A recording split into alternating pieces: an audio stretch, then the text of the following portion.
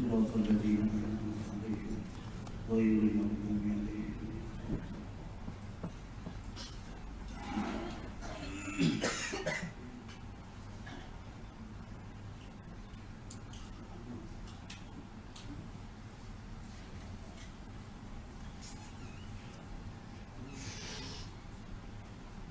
Alhamdulillah, syukur kehadirat Allah Subhanahu wa taala kerana dengan limpah kurnianya dapat kita sama-sama salat fardu zuhur sebentar tadi secara berjemaah, dan seterusnya kita akan disajikan dengan satu rohani iaitu kuliah zuhur. Kuliah zuhur yang mana insya-Allah akan disampaikan oleh yang tidak asing lagi dalam tanah air kita, iaitu Ustaz Syamsul Debat. Nama sebenarnya ialah Syamsul Amri bin Ismail. Tahun 77 muda lagi. Jadi insyaAllah dia berasal dari Jempol Negeri Sembilan. Kalau keluar Sungai Nabawi itu ambil perhatian lah. Masyarakat keluar Nabawi. Jadi pendidikan sekolah Paroi di Sembilan atau sekolah agama Labu, agama Persekutuan Labu, PTM Syalan, dan pendidikan undang-undang Nawawiyah. Jadi dikenali dengan Syamsul Debat kerana memegang presiden Persatuan Alumni Debat. Banyak kali ni Johan Debat ni, kalau saya nak baca memang 10 ini Johan Debat ni. Jadi dekatlah Syamsul Debat. Banyak Johan Debat ni. Jadi pada 3 hari ini kita akan insyaAllah sumbangan untuk kita akan salurkan untuk surau. Jadi kita tengah-tengah itu sakala celah untuk surau, untuk menjalankan aktiviti harian surau, pembangunan surau insyaAllah. Jadi untuk tidak melengahkan masa, dengan ini bagi pihak saya, bagi pihak ahli tanggung surau Al-Hikmah, mempersilakan yang berbahagia Ustaz untuk menyampaikan kuliah beliau insyaAllah. Dipersilakan.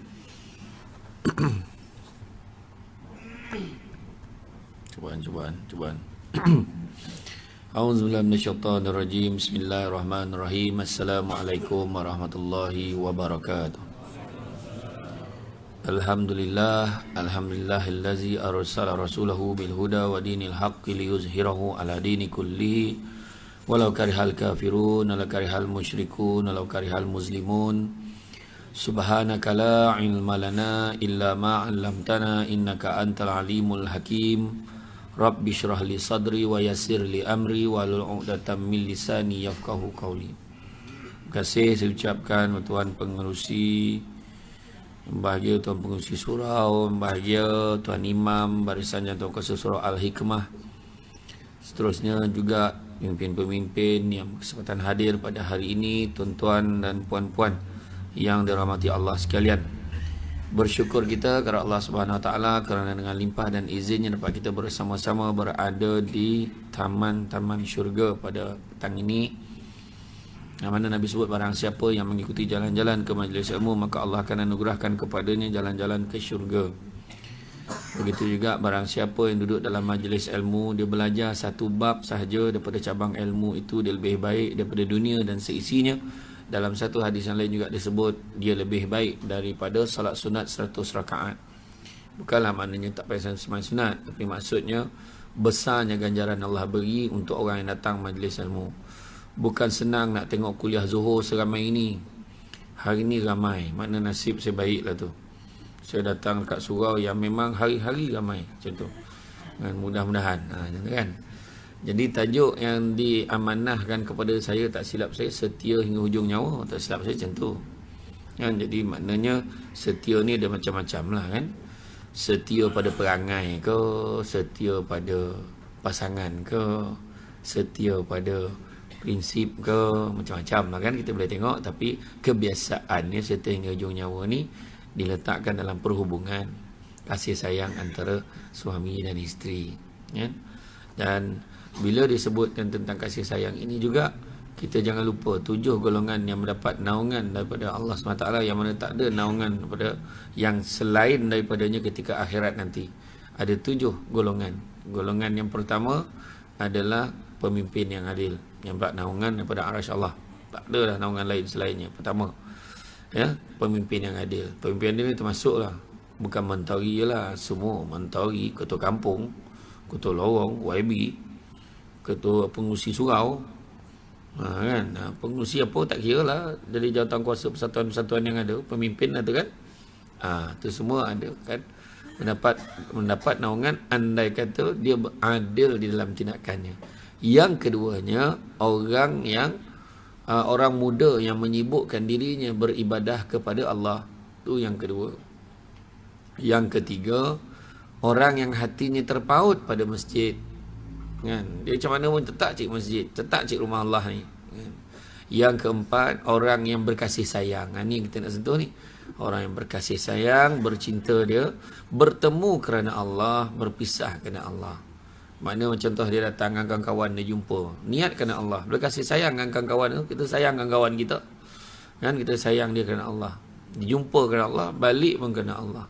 Kelima, orang diajak berzina oleh seorang perempuan yang kaya, kan, diajak berzina oleh seorang perempuan yang kaya tapi ditolaknya kerana takut kepada Allah.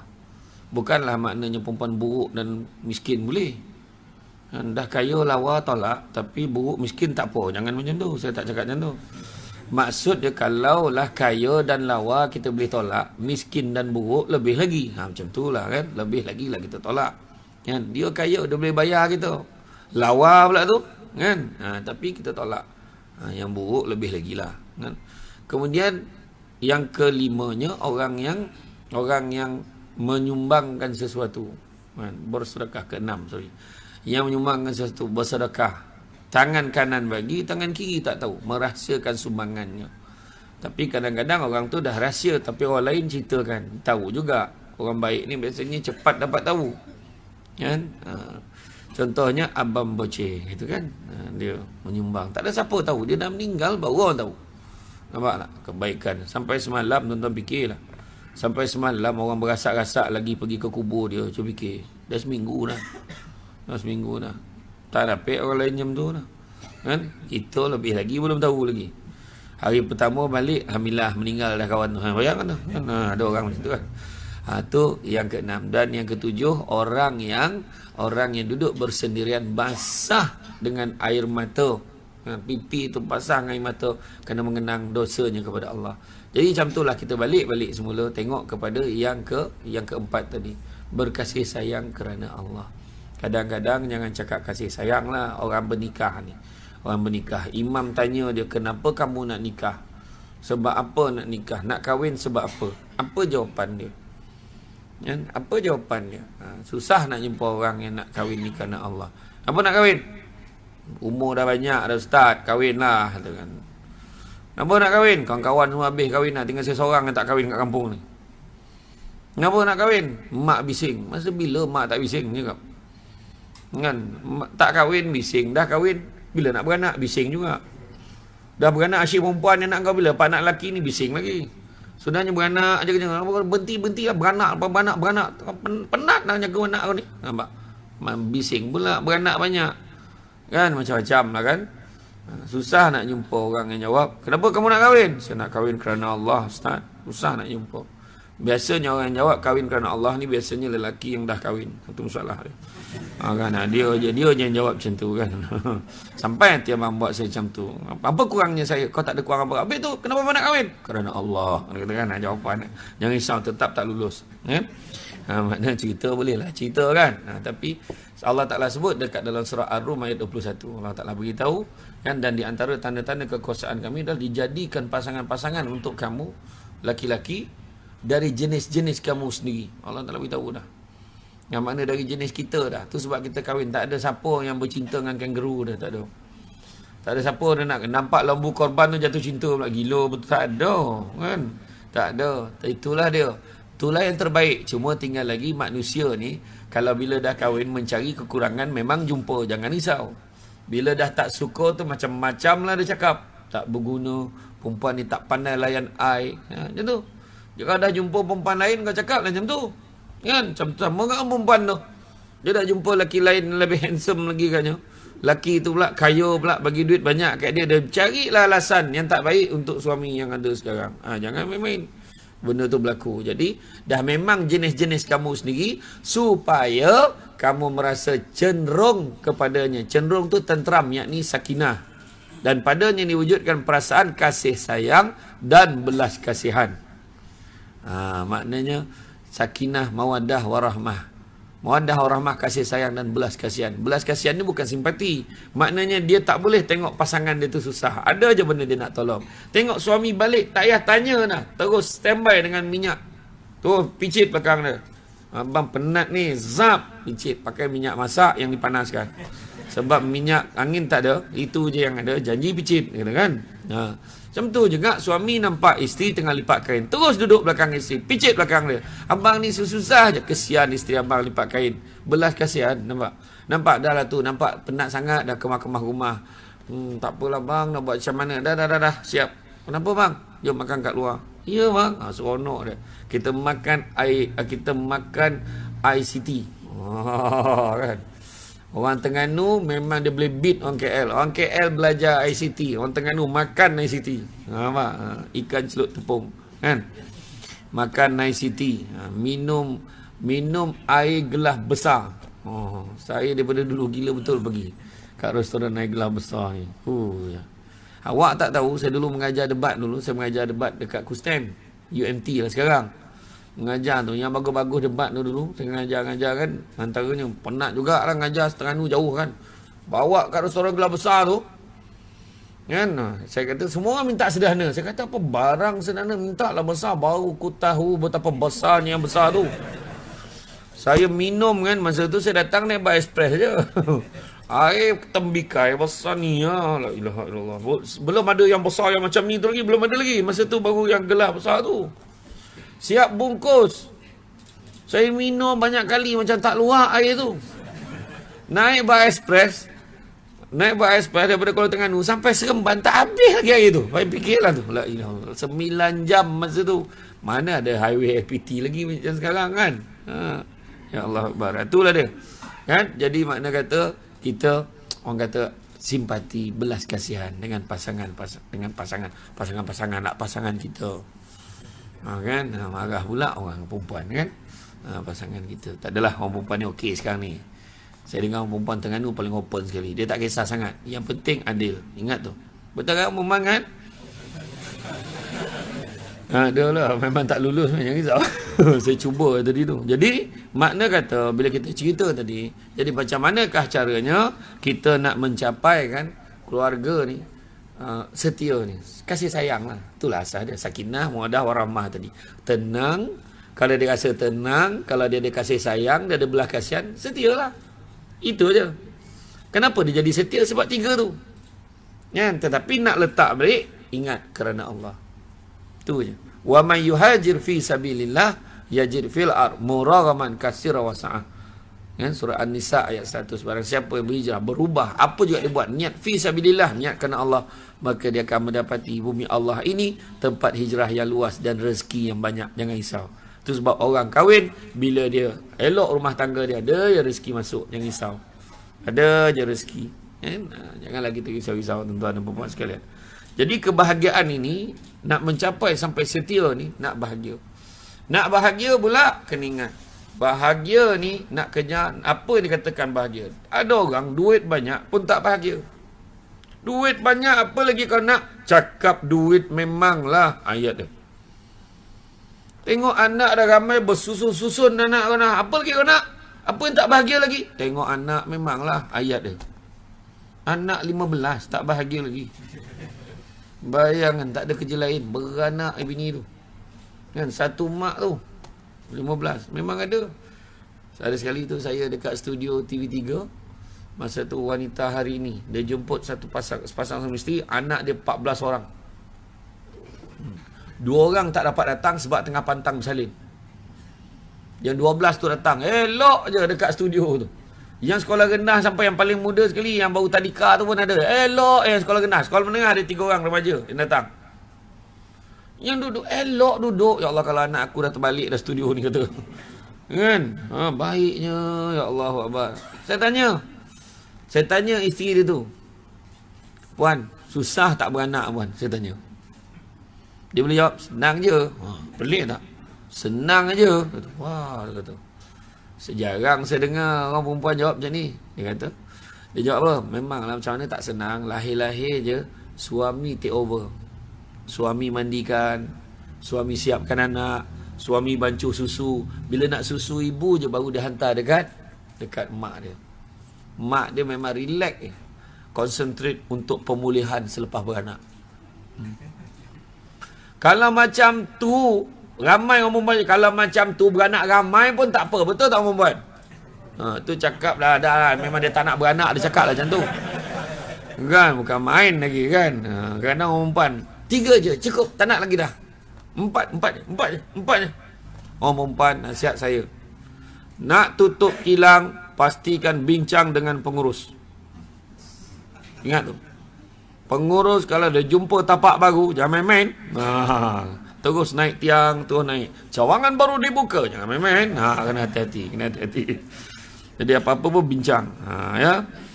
Jadi bahagia tu macam mana? Tengok jumlah anak pun tidak, tengok ni pun tidak. Jadi macam mana bahagia ni? Macam mana dikatakan bahagia? Bahagian tersurat, orang kata kaya bahagia. Tak juga katanya. Kan? Tapi ada setengah orang, pada orang yang tak dapat sesuatu, pada dia itulah bahagia. Contoh, dia tak kahwin, dia merasakan kahwin itu akan membahagiakan dia. Dia rasa macam tu. Orang yang susah hidup, dia rasa banyak duit akan membahagiakan dia. Kan? Tapi tunggulah sampai Allah tarik benda yang kita ada, barulah kita tahu rupanya bukan itu yang kita kejar. Yang kita hilang itu sebenarnya yang menyebabkan kita hilang kebahagiaan. Itu sebab selalu saya sebut, bahagia bukan melihat kepada apa yang kita ada, tetapi sikap kita terhadap apa yang kita ada. Kita hidup, letakkan makna dalam hidup kita ini. Letakkan makna. Maknanya apa?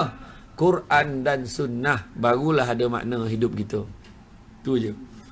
Kalau tidak kan kita hidup kan macam orang lain hidup. Apa beza? Contoh paling senang lah tuan-tuan kan. Tuan-tuan datang surau. Tuan-tuan datang lillah ta'ala. Misalnya datang surau, kejap lagi balik. Ada orang mengaji dulu, sembahyang sunat, baru balik. Kau ngasar datang lagi. Lepas tu kan pergi. Dengar ada orang buat kenduri, kita pergi pula kenduri. Kemudian kita dengar pula ada orang cari apa, kita sumbangkan. Beza apa? Beza kita dengan bukan Islam. Apa beza? Nampak beza dia. Sebab kita letakkan makna. Ni kita tak semayang. Sama macam bukan Islam tu tak semayang. Malahan orang bukan Islam tu ada lah cara semayang dia. Dia lah elok sikit daripada orang kita yang tak semayang tu. Nampak tak? Cuba fikir. Cuba fikir macam tu.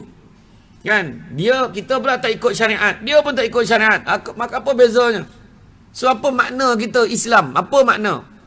Tu sebab Buya Hamka, dia punya cakap kan, Profesor Hamka kan, Indonesia, Hamka, Buya Hamka. Dia punya, cuba cari nanti dalam Google, cari bahasa-bahasa kata-kata dia. Semuanya tajam menikam tau. Bila ayat itu bila baca kan. Kan, kalau kamu tidak mahu, dia kata. Kalau kamu tidak mahu belajar, bersedialah, kata. Bersedialah untuk ditertawakan dengan kebodohan kamu.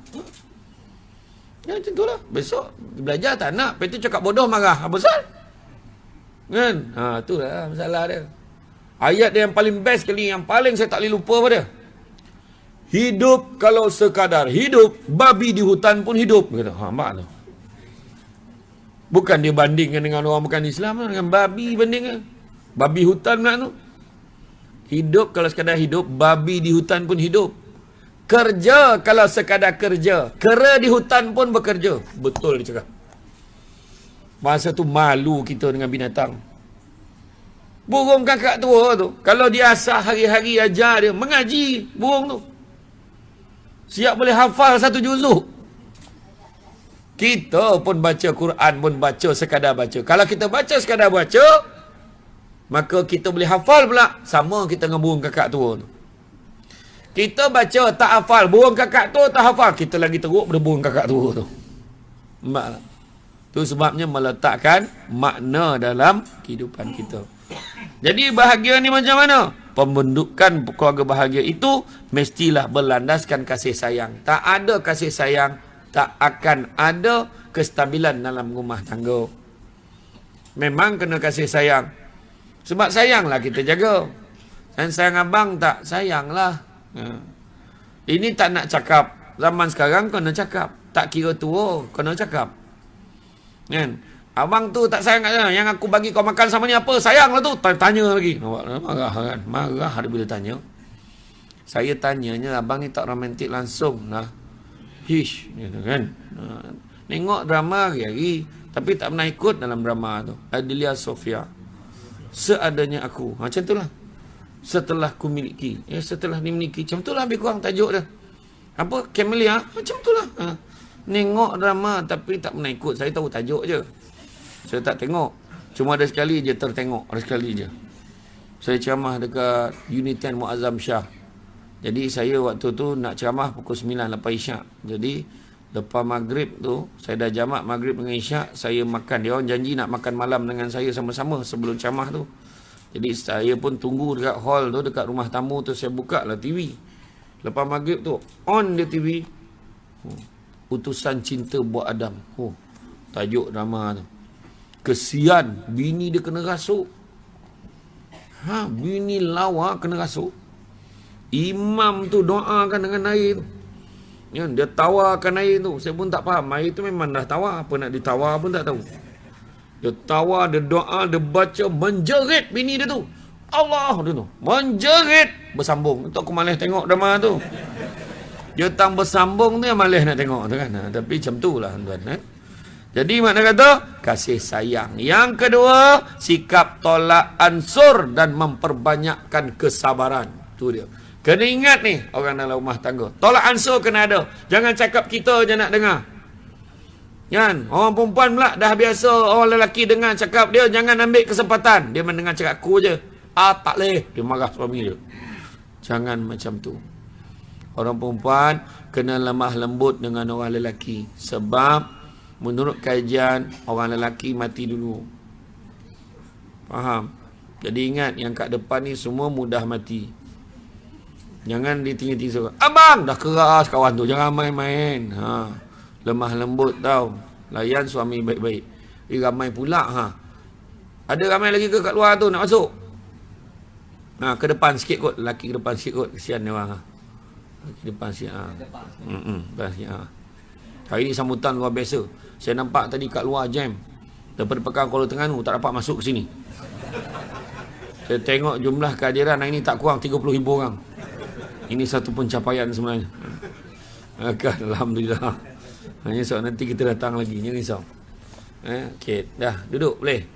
Masuk dekat laki sikit tu. Masuk je sikit. Tak apa. Masuk depan sikit. Tu ada nak. Dah. Tak ada dah. Okey. Jadi mana tolak ansur dan memperbanyakkan kesabaran.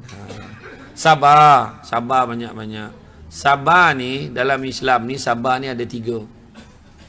Sabar ada 3. Pertama, sabar untuk taat perintah Allah. Jadi semuanya balik berislam balik.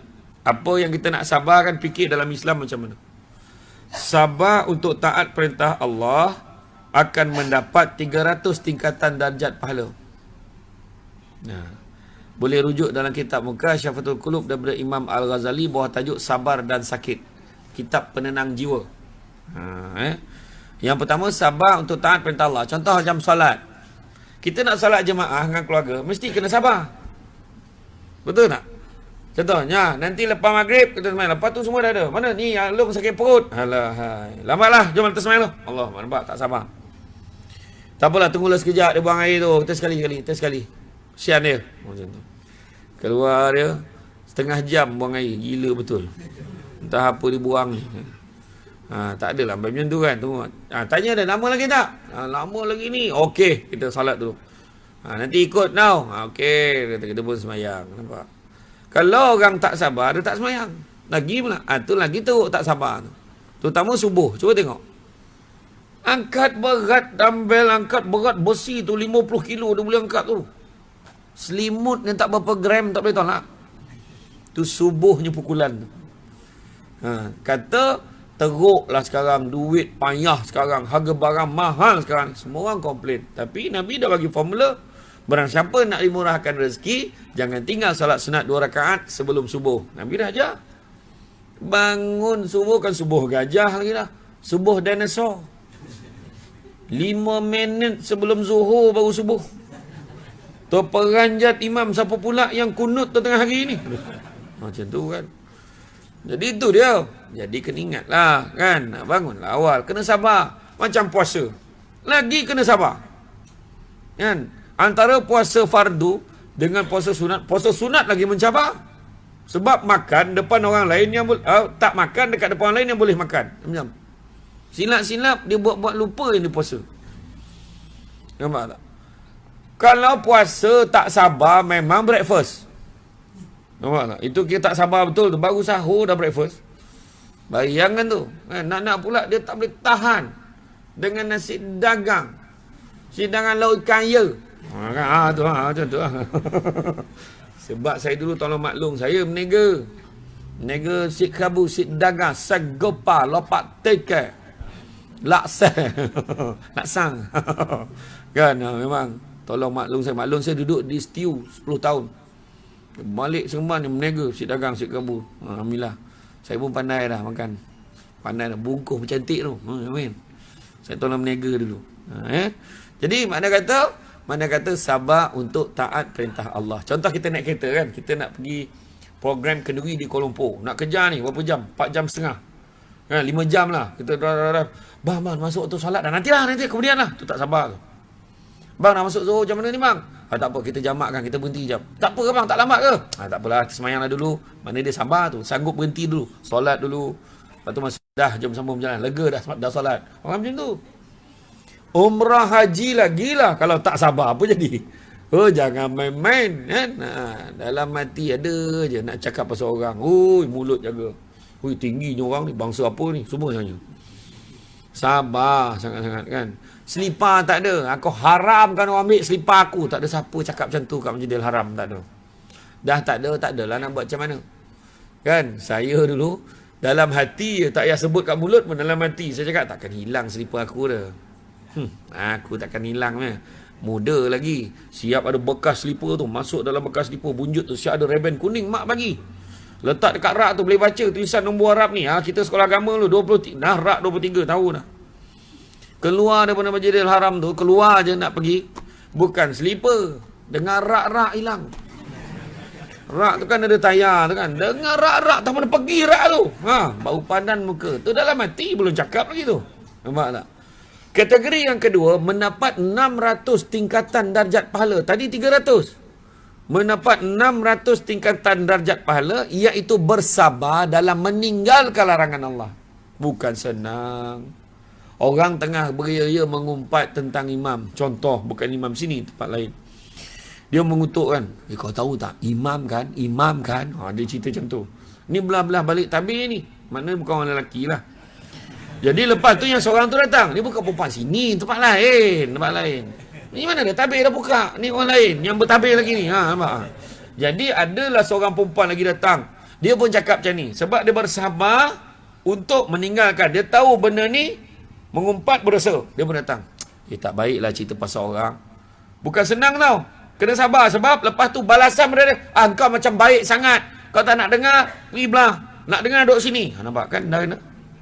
Yelah. Aku dengar lah sekali. Langsung habis. Tapi bila dia cakap, tak, bukan apa. Aku pun bukan baik sangat. Sebab itu aku nak ajak kita semua jadi baik. Jangan cerita-cerita pasal orang berdosa. Nampak? Bersabar lagi tu. Walaupun orang dah sound dia.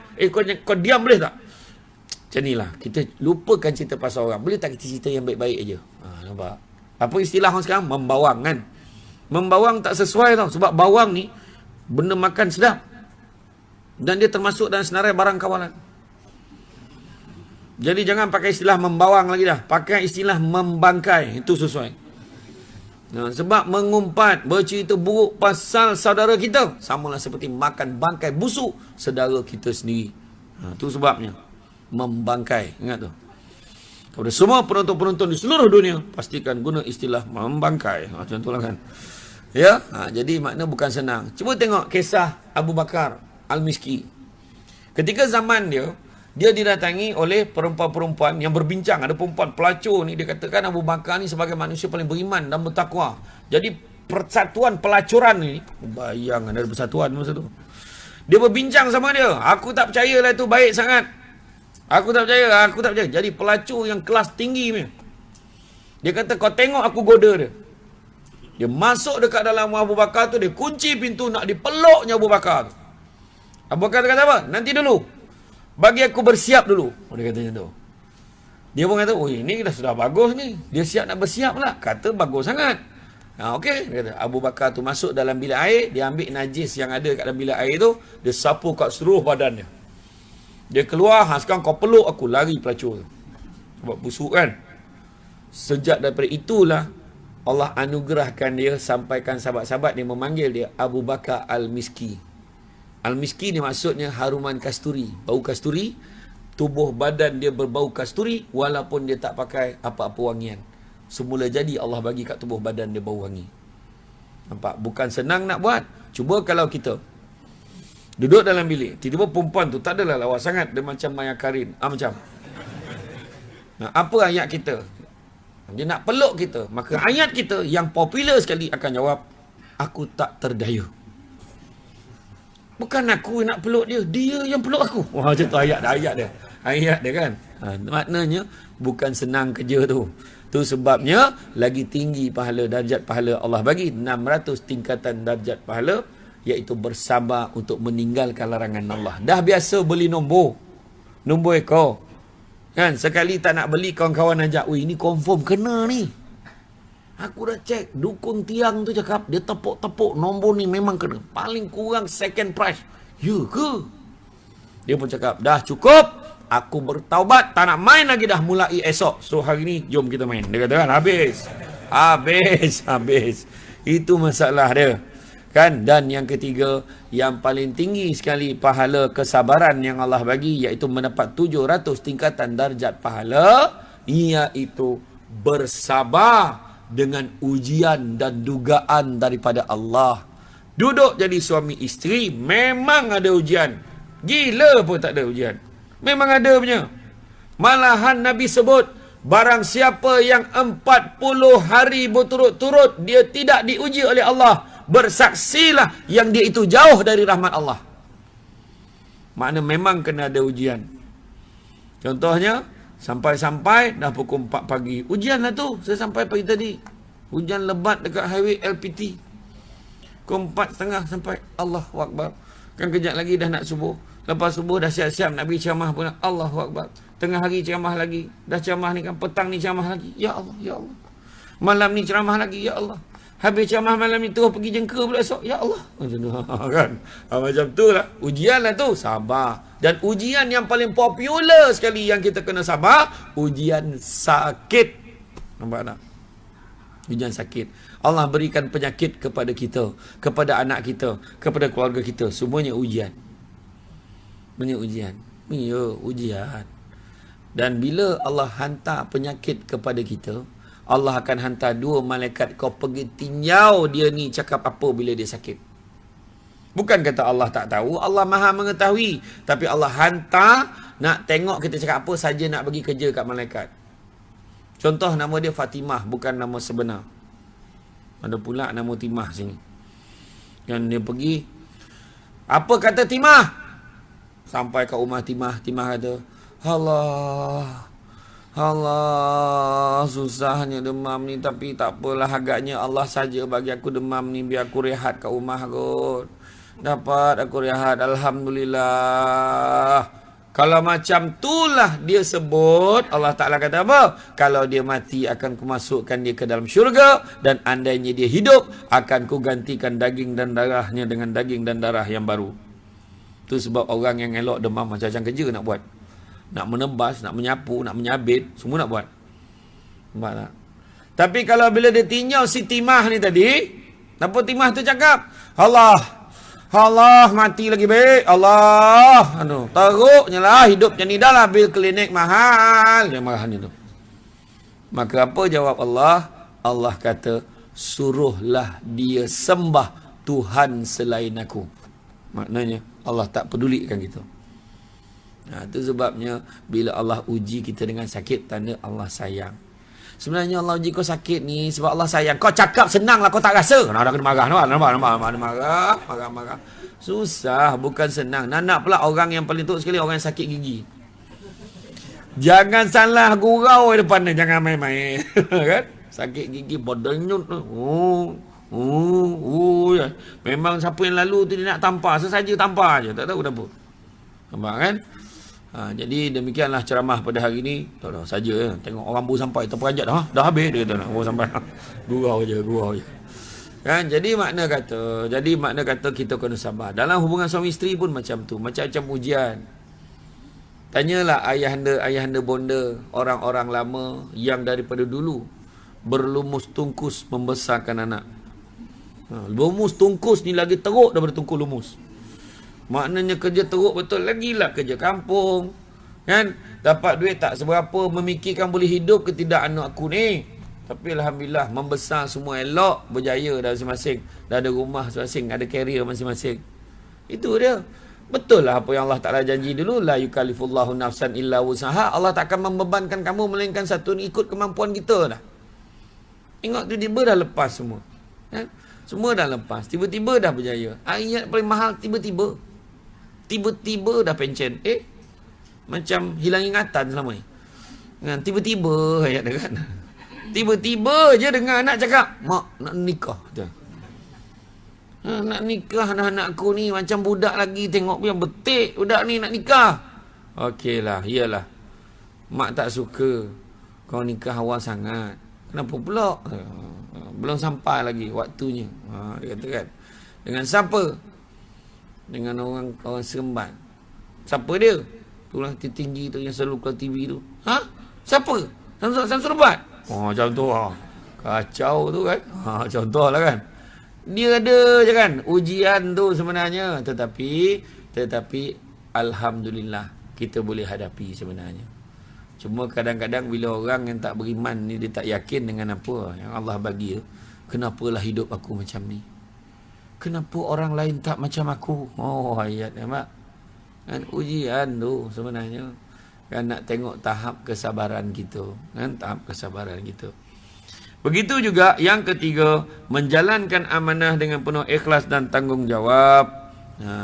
Amanah dengan ikhlas dan tanggungjawab. Orang lelaki amanahnya sebagai seorang suami, siapkan tempat tinggal. Baru-baru ni saya terdengar kata-kata Ustazah Isfadiah. Isteri beli rumah, pakai nama dia, pakai duit dia, buat loan dia, rumah sendiri. Suami pula siapkan rumah sewa dengan duit keringat kerja suami tu tadi.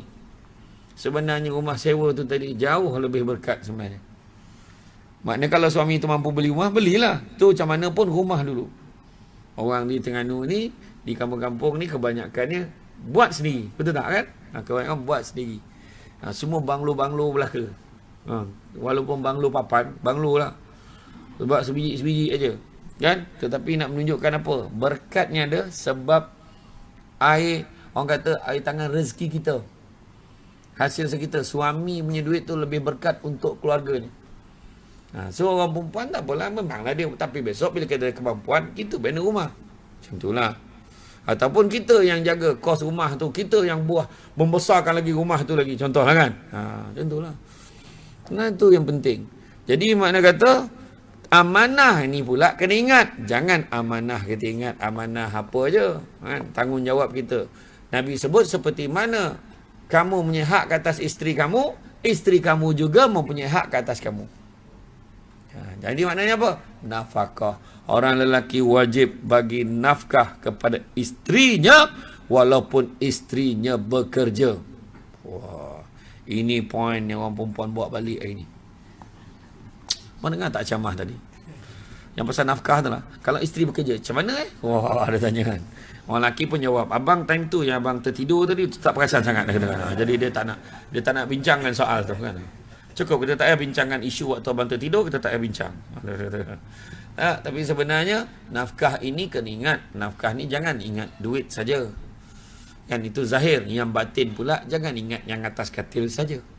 Sebenarnya termasuklah memberi belayan mesra kepada isteri dan didikan agama. Itu juga nafkah yang suami kena bagi. Suami isteri dua-dua kena bagi nafkah pula pada anak dari segi didikan agama. Bukan bagi duit aja, bukan bagi tempat tinggal aja. Orang perempuan tu, sebab kalau orang lelaki tidak boleh nak mendidik isterinya dengan ilmu agama, maka janganlah dihalang isteri itu pergi belajar agama. Paling cantik sekali isteri nak pergi, bang ingat nak pergi kuliah muslimat bila? Besok pagi dekat masjidnya. Pukul apa? Pukul 11. Pukul 10. Pukul 10 abang hantar. Macam tu. Ya ke bang? Ya, abang hantar. Tanggungjawab abang tu. Wah, iya dah kan. Sampai kat pintu masjid, abang turun sekali tak? Tak apa, kau turun dulu, abang cover line. Dia kata, abang tu tak turun. Dia tetap tunggu kat luar, kat kedai minum kat luar tu dia tunggu kan. Hal boleh je lelaki join sekali, ada tempat orang lelaki duduk kat luar tu sambil-sambil dengar, ambil ilmu sikit. Boleh. Tapi tu dia tanggungjawab kita tu. Kadang yang itu yang ramai tak perasan, nafkah batin itu termasuk memberikan didikan ilmu agama. Kemudian mewujudkan pergaulan yang baik, jauh dari sebarang kemungkaran, kemaksiatan, penganiayaan dan kezaliman. Jangan dizalimi isteri itu. Pergi buat, basuhlah pinggan ni, jangan lupa lah, masak lah, tak masak ke? Dia punya cakap. Sedangkan kita jangan lupa, Nabi kita sendiri tidak menyusahkan isterinya untuk perkara-perkara yang dia boleh buat sendiri. Tetapi memang tidaklah orang lelaki di Malaysia ni nak buat sendiri. Tetapi alangkah manisnya kalau lelaki yang tak boleh buat sendiri ni, termasuk yang bercakap ni, boleh bercakap dengan isterinya, wahai isteriku yang kukasihi, bolehkah dikau barang kiranya mengambil barang segelas air untuk suamimu ini? Nampak? Menjala perempuan tu. Ya Allah, ya Allah, ya Allah, ya Allah. Dia kata, tak dapat dia cia-cia dah. Kan?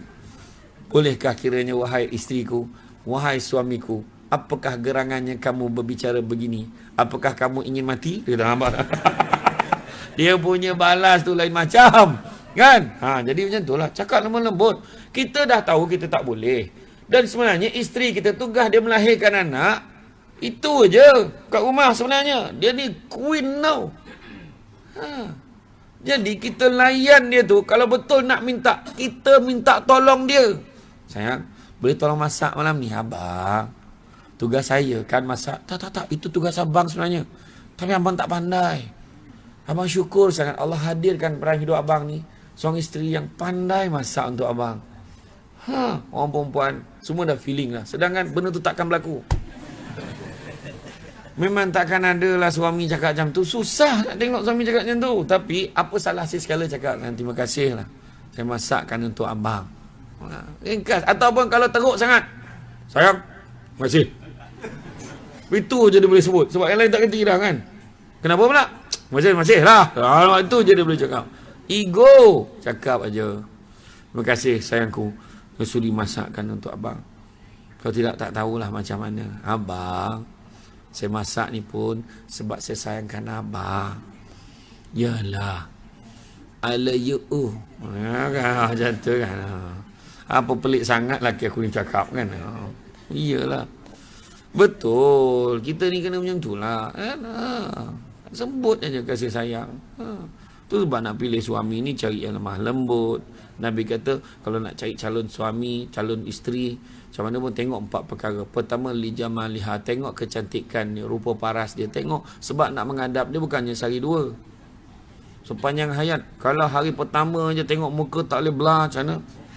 Alamak, kenapalah dia ni jadi bini aku, kan? Yang bini tengok, alamak, bersepah muka laki aku, contoh kan? Yang kedua, tengok dari segi apa? Tengok dari segi keturunannya. Yang seorang keturunan Jawa, yang seorang keturunan Minang, yang seorang keturunan Buluh Betung, yang seorang Buluh Kasab. Yang seorang keturunan kedai buluh. Kan dekat kedai buluh apa? Kan ada kan dekat apa nama? Apa? Pasir Panjang apa? Kata Panjang apa? Surau Panjang. Saya teringat tu. Aduh. Tengok nama kedai buluh, keturunan kedai buluh. Kan? Tak ada. Dia tengok keturunan yang baik-baik. Keturunan dia semua imam-imam. Sampai nama dia pun imam. Ahmad Imam nama dia. Oh ya ke? Lepas tu emaknya pula orang kuat masjid. Ya. Keturunan baik-baik. Yang ketiga, tengok dari segi hartanya. Bukan sebab nak mengerjakan harta dia. Maknanya adalah harta untuk memulakan asas kehidupan dia. Dan yang keempat, tengok dari segi agamanya. Kalau tak ada keempat-empatnya, Nabi kata paling tidak tengok agamanya. Sebab yang tak cantik boleh adjust. Makan ubat lawa, minum. Lepas sebulan muka macam tu juga. Tak adalah sapu-sapu, tonyoh macam cangkrim sekarang ni. Orang perempuan sapu, elok, cantik dia. Kan? Dari segi keturunan, tak apalah. Dulu keturunan mungkin tak berapa cantik sangat. Tapi lepas ni kita membentuk keturunan yang baik. Harta tak ada, tak apalah. Berkat ketaatan pada Allah dan Rasul, Allah murahkan rezeki kita. Nampak tak? Ini nengok calon menantu pun semua dunia. Tengok dia, datang. Naik kereta panjang, menjala kereta dia, woy. Pakai kot. Pakai baju kemeja bertali leher. Dia punya tali leher besar sejadah. Punya besarnya tali leher. La ilah Allah. Inilah calon menantu pilihan hatiku. Jangan kereta pinjam. Kan? Tak yang besar sejadah ni tak apa pesen pun tak tahu. Polik pun kan? Jangan pandang dunia dulu. Tanya dia. Ni pakcik nak tanya. Pakcik nak tanya ni. Tanyalah pakcik. Kamu ni kerja mana? Saya kerja dekat pekan tu, dekat syarikat ni. Tetap kontrak. Dunia kat tanya. Tetap kontrak. Sekarang tetap tak ada pakcik. Semua kontrak. Berapa gaji? Dalam 1,000 lebih. Tolak-tolak semua hutang pun tinggal apa? Dalam 1 lebih. Kau nak bela apa nak aku 1 lebih? Duit simpanan ada tak? Alhamdulillah pakcik ada. Berapa? RM50. Lah ilah macam mana? Aduh, tu kereta yang kau bawa tu kita pinjam ke, kita ayah kau ke, kita kawan? Kita kawan. Kawan mana? Kawan mas sewa. Tapi tak tahu yang mana satu. Lah ilah Allah teruk betul. Macam mana dunia? Tanya soalan tu akhirat sini pakcik nak tanya. Kamu belajar agama ke tidak? InsyaAllah pakcik. Dulu tiap-tiap tahun belajar. Macam mana pula tiap-tiap tahun tu? Darjah 1, 1 subjek. Darjah 2, 1 subjek. La ilah Allah, subjek sekolah rendah kiranya.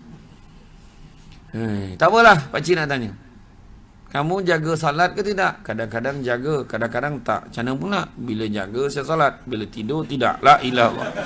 Aku bunuh pula budak ni nanti. Ada seorang tu, 3 lelaki datang rumah dia. Semua nakkan anak perempuan ni. Anak perempuan ni seorang. 3 lelaki berebut anak ni. Pakcik, kami semua nak anak pakcik. Pakcik pilih antara kami. Siapa yang layak? Susah ni. Macam ni lah. Nama kamu siapa? Nama saya Mat Duha pakcik. Kau baca surah Duha. Macam tu. Dia pun macam Bismillahirrahmanirrahim. Wadduha walaili iza saja. Bagus sudah ni. Kamu? Nama saya Anas pakcik. Kau baca surah An-Nas. Lagi senyum budak tu pendek. Qul a'udzu birabbin nas malikin nas. Budak ketiga tu dah berpeluh. Nama dia Yasin. Matilah. Kenapalah bapak aku bagi aku nama Yasin. Ya Allah. Sudahnya dah selesai budak yang kedua. Kamu? Nama kamu siapa? Pakcik terus terang cakap. Nama saya Yasin. Tapi mak ayah saya panggil saya Qul Huwallahu Ahad. Nampak benar menipunya. Agak-agak lah kau nak menipu pun. Lagi panjang pula nama gelaran. Benda nama betul apa pasal? Kan? Nama saya Yasin. Mak ayah panggil Qul Huwallahu Ahad. Mana mulanya? Pakcik dia cakap, tak adalah pakcik, tak ada dia. Nak suruh kau baca surah panjang. Pakcik nak dengar bacaannya. Tak apa, kau pilih satu surah yang kau tahu. Baca. Qul Allah lah pakcik. Surah Al-Ikhlas namanya tu. Baca. Bismillahirrahmanirrahim. Qul huwallahu ahadu lillahus samad. Hui, dahsyat budak ni. Bersambung bacanya. Nampak tak? Tengoklah macam tu. Kan?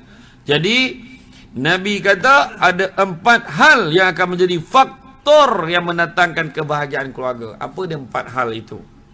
Yang pertama, suami isteri yang setia, soleh dan solehah. Sentiasa fikir solat, sentiasa fikir ibadah, sentiasa ingat Allah. Yang kedua, anak-anak yang berbakti, anak-anak yang memang rajin tolong mak ayah dia. Tak payah suruh pun memang nak tolong. Mak, mak. Dia mak kan. Mak, ada apa-apa ke? Nak yang boleh tolong, pergi buat sapoh. Ayah, nak tolong apa-apa ke? Basuh kereta. Okey, basuh kereta. Dia sendiri yang nak tolong. Nampak? Ni kena suruh. Lagi-lagi kita. Dia tak puas hati. Nampak?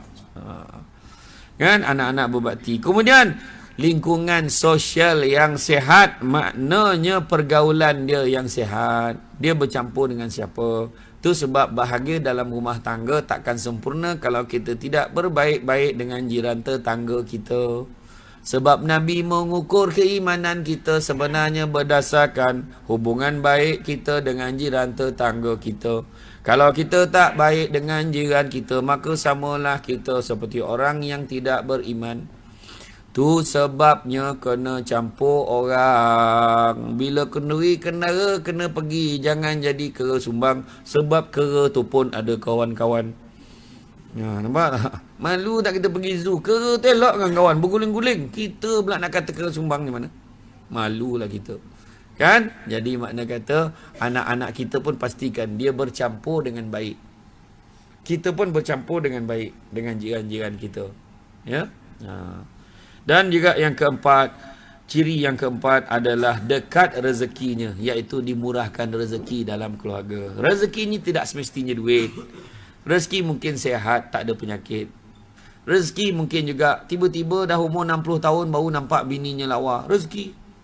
Apa lawa sangat 60 tahun ni? Geram pula aku tengok macam tu. Dah, jom tidur. Wah, dia ajak bininya tidur. Tak pasal-pasal dah 60 tahun. Mabuk. Mengandung tiba-tiba. Yang main-main. Mana kita tahu kan? Mana pergi ajah apa tu, dah lama tak nampak dia mabuk. Mengandung lagi. La ilaha illallah. Macam mana pula? Mana kita tahu? Kan? Dah nak jadi kan? Gurau jadi pula. Kan? Allahu Akbar. Apa rezekinya? Rezeki dapat suami yang romantik. Sayang. Tahu tak apa beza sayang dengan bunga? Oh, ayat kan? Apa bezanya bang? Entah, aku pun tak tahu, dia kata kan. Dia cuba cakap memula je. Apakah ciri-cirinya pula pada kedua ibu bapa? Ciri-ciri pada kedua ibu bapa: berakhlak mulia, bersikap penyayang, berfikiran positif, menjadi teladan yang baik untuk anak-anak. Laju sangat ke? Menjadi teladan yang baik untuk anak-anak. Ini suruh anak solat, bapaknya pun tak solat. Kan? Yang mak ni pun puas cakap. Maknya dah bentang dah sejadah tu. Bentang sejadah. Anak pun cakap, siapa nak jadi imam ni mak? Jom kita doa sesama. Ayah ada kat luar. Ya Allah, kau kurniakanlah imam dalam rumah ni ya Allah. Langsung masuk suami. Yalah. Dia kata tu nampak. Payah sangat. Tu cakap abang, cakap elok abang kena jadi imam tau dalam rumah ni. Abang ketua keluarga. Abang tak pandai tak apa. Kita belajar, okey? Macam tu lah. Ini punya garang. Abang, sini jadi imam. Oh, suami. Abang tak pandai. Tak pandai pakai telekong duduk belakang. Oh, pahal pula suami kau pakai telekong. Saya dulu bawa cerita tu tak pernah berlaku. Rupanya hari ni dah berlaku. Lelaki pakai telekong. Gila betul cerita tu kan. Dulu saya bawa contoh macam tu. Tak sangka jadi betul.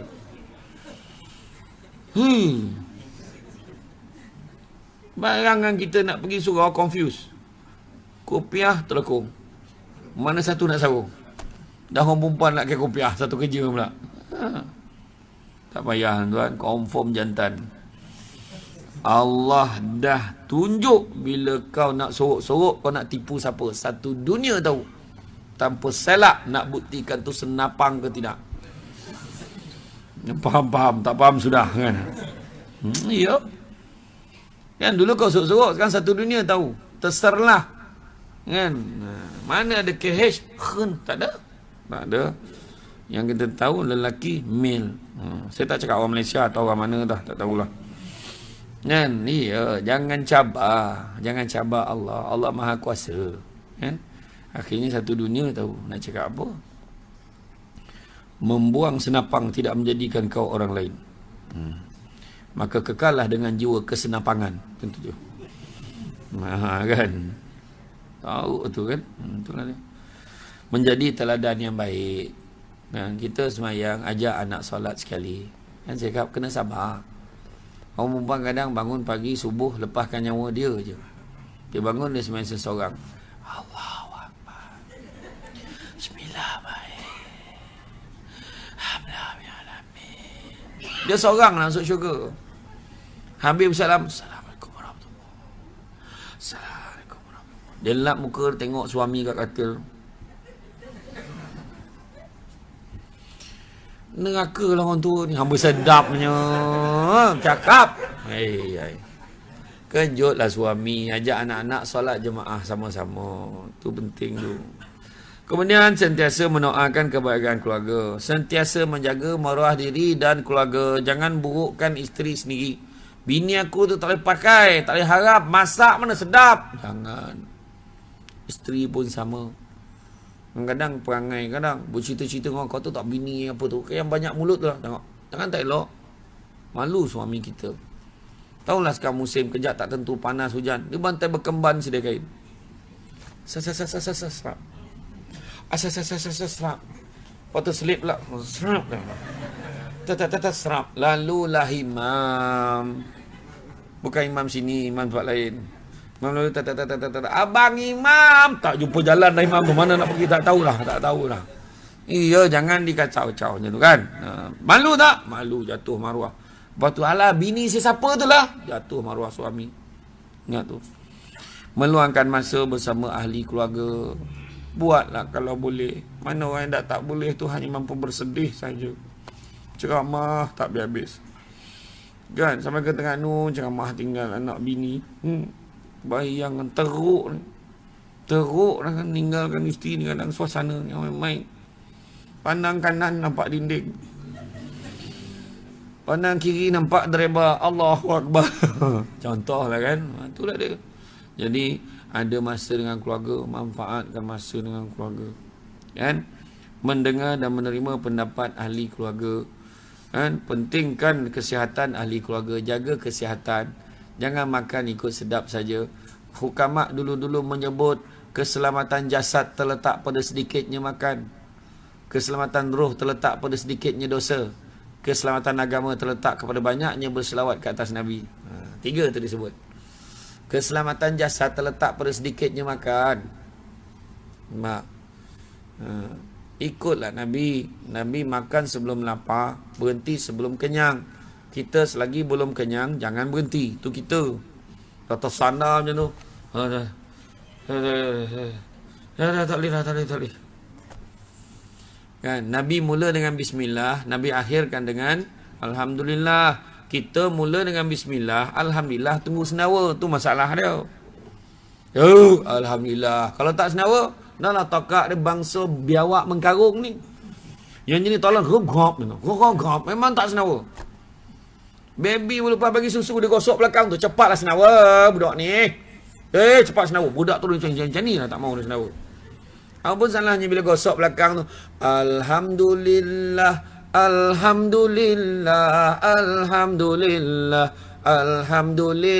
Nak ajar anak kita alhamdulillah. Syukur bila dapat rezeki masuk dalam mulut tu. Macam tu lah. Kan? Apa lagi? Nabi suka makan kurma ajwa. Hiduplah sunnah Nabi di rumah. Makanlah buah kurma ajwa. Kalau tak dapat kurma biasa pun tak apa. Kurma ajwa kalau hari-hari makan boleh botak kepala. Bukan sebab rasanya, sebab harganya. Mahal kurma ajwa tu. Tapi kalau pakai kurma biasa pun tak apa. Makan. Kan? Nak diet. Buat kurma lah yang paling baik sekali. Kan? 2 makanan sunnah yang kena ada kat orang Islam. Pertamanya buah tamak. Yang keduanya madu. Faham orang perempuan? Madu lebah. Marah. Ingat tak puasa ni? Nyaut belakang. Yolah, dia nyaut dah. Apa lagi? Seterusnya, memiliki kecenderungan ke atas agama. Apa-apa pun yang dipentingkannya adalah agama. Yang muda menghormati yang tua. Yang tua menyayangi yang muda. Nampak? Tua, muda bukan merujuk kepada isteri, anak-anak dan mak ayah. Yang isteri tua, isteri muda pula ceritanya. Jadi, anak kita sayang anak kita. Anak hormat mak ayah. Dan ajar dia nampak orang tua lain pun kena hormat. Supaya orang tua pula sayang anak. Walaupun itu bukan anaknya. Nampak? Macam Nabi lah. Nabi jumpa budak-budak pun Nabi bagi salam. Assalamualaikum warahmatullahi. Tengok Nabi. Nabi dalam banyak hal Nabi bagi salam. Tak kira, tak menjatuhkan maruah Nabi, tak menjatuhkan kedudukan Nabi pun sebagai pemimpin bila Nabi bagi salam. Ingat tu. Kau tak nampak kawan tu lalu bagi salam lah. Kau ajar budak ni. Tak, kita bagi. Assalamualaikum semua. Salam pakcik. Pakcik sihat? Alhamdulillah. Tak apa, sambung main. Macam. Nampak tak akhlak kita? Macam tu lah. Baru ikut Nabi. Bagi salam itu sunat. Jawab salam wajib. Tapi adalah beberapa keadaan yang tak wajib jawab salam. Iaitu pertamanya bagi salam main-main. Assalamualaikum, tak jawab dosa, tu tak jawab. Main-main, tak wajib jawab. Yang kedua, bagi salam dalam bilik air di R&R. Contoh. Assalamualaikum. Kawan tu tengah menyangkung dalam bilik air. Salam, siapa pula bagi salam ni? Tak payah. Dan satu lagi, salam yang dilafazkan oleh imam di penghujung solat. Jangan jawab. Assalamualaikum warahmatullahi. Waalaikumsalam, mam. Jangan terperanjat imam tu, jangan. Jangan jawab. Kemudian berlemah lembut dalam bergaul. Nabi pesan kan, suami isteri, Nabi kata apa? Berlemah lembut terhadap isteri kamu. Sesungguhnya isteri kamu adalah pembantu dan teman yang setia. Sabar banyak-banyak. Kemudian hubungan antara suami isteri haruslah atas dasar saling mengharapkan. Jadi makna saling mengharapkan antara satu dengan yang lain. Seterusnya kita lihat suami isteri hendaklah secara ikhlas menjalankan tanggungjawab masing-masing di dalam keluarga. Nampak? Jadi makna kata ada apa kata kunci-kunci kebahagiaan untuk bahagia. Kunci-kunci dia apa? Yang pertama, kunci rumah. Okey, salin. Yang kedua, kunci pejabat. Yang ketiga, kunci kereta. Yang keempat, kunci syurga. Dan yang kelimanya, kunci spare. Salin. Yang pertama, kunci rumah. Maksud kunci rumah, sistemkan rumah tangga kita ikut syariat Islam. InsyaAllah kita akan bahagia. Bila bahagia, barulah datang setia. Kan? Kedua, saya sebut kunci pejabat. Apa maksud kunci pejabat? Mencari rezeki. Maka carilah rezeki yang halal. Nabi kata, cari rezeki yang halal. Sesungguhnya yang halal itu cukup buat kamu. Yang ketiga, kunci kereta. Hala tuju pemanduan arah tujuan keluarga kita. Biarlah menuju kepada Allah SWT. Yang keempat, kunci syurga. Nak masuk syurga tak ada cara lain. Kena ada satu pas yang disebut sebagai rahmat. Hanya dengan rahmat Allah kita boleh masuk dalam syurga. Nak dapat rahmat Allah tak ada cara lain. Ibadah banyak-banyak. Kita ibadah banyak-banyak, anak isteri tak ibadah pun masalah kat kita. Mak ayah semayang jaga, anak tak jaga, masalah juga kemudian hari pada mak ayahnya. Sebab penting ibadah sama-sama. Mudah-mudahan dengan ibadah akan dapat membuka hatinya untuk terus mengalirkan pahala untuk mak ayahnya, mendidiknya supaya menjalankan ibadah sepanjang ketiadaannya nanti. Kemudiannya yang terakhirnya kunci spare. Maksud kunci spare itu adalah suami ada kunci, isteri pun ada kunci, anak pun ada kunci, sebagai ayah ada kunci, sebagai ibu pun ada kunci. Maka gunakan kunci itu, mainkanlah peranan masing-masing. Jangan saling salah menyalahkan antara satu dengan yang lain. Dan nak bagi tahu, saya nak tutup ceramah pada petang ini dengan satu ayat dalam surah Asy-Syura ayat 20. Surah Asy-Syura ayat 20 Allah bagi tahu, barang siapa yang mengejar keberuntungan akhirat, maka Allah akan tambahkan keberuntungannya itu. Maknanya dunia pun dia akan dapat. Jangan risau. Tapi barang siapa yang mengejar keberuntungan dunia, maka Allah akan berikan sebahagian sahaja daripada keberuntungan yang dikejar tu, malahan hidupnya tidak akan pernah merasa bahagia. Jadi ingat, kejarlah akhirat, mudah-mudahan dunia pun ada kita dapat. Tetapi janganlah kita kejar dunia, kerana Allah dah sebut dalam surah Asy-Syura itu, dia tidak akan bahagia. Jadi rasa cukup setakat itu. Minta maaf banyak salah silap, terkasar bahasa dan sebagainya. Sesungguhnya baik itu datang dari Allah Subhanahu Wa Taala. Mana yang kurang itu berpunca daripada kelemahan saya sebagai manusia biasa. Oh ya, sebelum terlupa, di luar sana ada sahabat yang berniaga.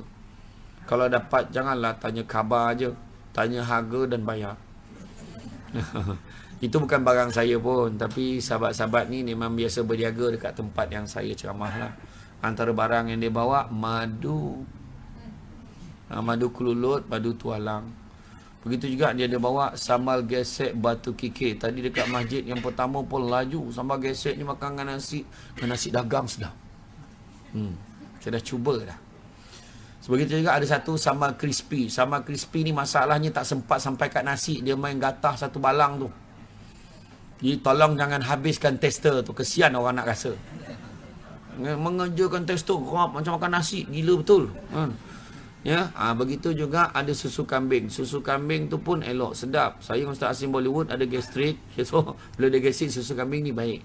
Dalam tu ada badam dengan buah kurma. Saya pun mikir, kenapa sedap sangat sambal gesek, sambal crispy dengan susu kambing ni. Baru saya perasan sebab saya dapat free.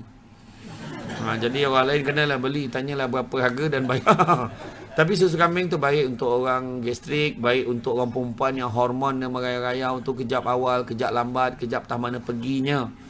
Boleh cuba. Tapi mana yang dah tua, yang dah tak ada tu tak salah cari, memang dah tak ada. Tapi kalau minum, datang dia balik rezeki. Ada orang tua-tua yang sakit tulang, osteoporosis, sakit sendi pun boleh minum, insyaAllah. Memang sedap. Soalan yang ditanya, Ustaz, ada kecil manis boleh minum ke? Jangan risau, dia tak ada gula. Dia hanya manis kurma saja. InsyaAllah. Semanis kurma. Memang sedap. Jangan risau. Malahan baik juga untuk rawatan kita kan. Jadi boleh minum. Jadi itu saja daripada saya. Minta maaf. Banyak-banyak salah silap, terkasar bahasa dan sebagainya. Yang baik datang dari Allah SWT. Kurang itu punca kelemahan saya sebagai manusia biasa. Pokok sekayu, daun selasih. Thank you. Terima kasih. Assalamualaikum warahmatullahi wabarakatuh.